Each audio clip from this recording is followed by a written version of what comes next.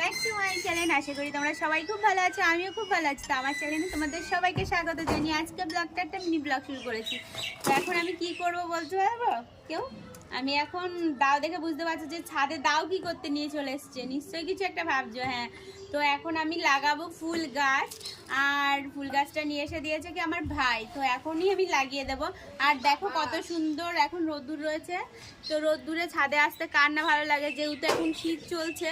তো আর আমার ঘরে তো প্রচণ্ড ঠান্ডা, মনে হয় যে ঘরের মধ্যেই পুরো বরফ পড়ে রয়েছে।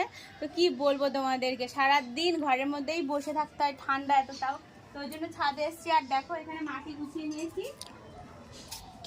তো এবার ফুল গাছগুলো তোমাদেরকে দেখাচ্ছি। তো আগে ফার্স্টে মাটিগুলোকে রেডি করতে হবে, তারপরে ফুল গাছটা লাগাবো। তো গাইস দেখো, তোমাদের সাথে গল্প করতে করতে দেখো আমি মাটিটাও ভরে নিয়েছি।